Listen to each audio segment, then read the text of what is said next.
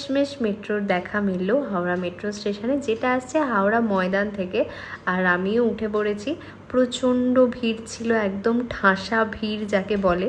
আর কিছুক্ষণের মধ্যেই সেই ঐতিহাসিক মুহূর্তটা, যেটার জন্য সবাই অপেক্ষা করে আছে যে কখন সেই ব্লু লাইটটা দেখা যাবে। মানে এই যে মোমেন্টটায় আমরা যাচ্ছি, এটাই কিন্তু জলের নিচ দিয়ে, মানে যেটার জন্য আমরা তোমরা মানে সবাই গর্বিত যে এইরকম একটা জিনিস কলকাতায় হয়েছে সাকসেসফুলি। তো বেশ খানিকটা, মোটামুটি 45 সেকেন্ডের মতো এই ব্লু লাইটের জায়গাটা ক্রস করবে, অতিক্রম করবে, এবং যেটা কিন্তু হাওড়া মেট্রো স্টেশন থেকে মহাকরণ ঢোকার আগেই পড়ে। তো তারপর আমি এসপ্ল্যানেড মেট্রো স্টেশনে নামলাম। এটা হচ্ছে এক্সটেন্ডেড বা নিউ পার্ট বলতে পারো এসপ্ল্যানেড মেট্রো স্টেশনের। এইখানটাও ভীষণ সুন্দর, মানে এত সুন্দর করে এই নতুন পোর্শনটা সাজানো হয়েছে। দারুণ একটা এক্সপিরিয়েন্স হলো আমার। তোমরা কবে যাচ্ছ?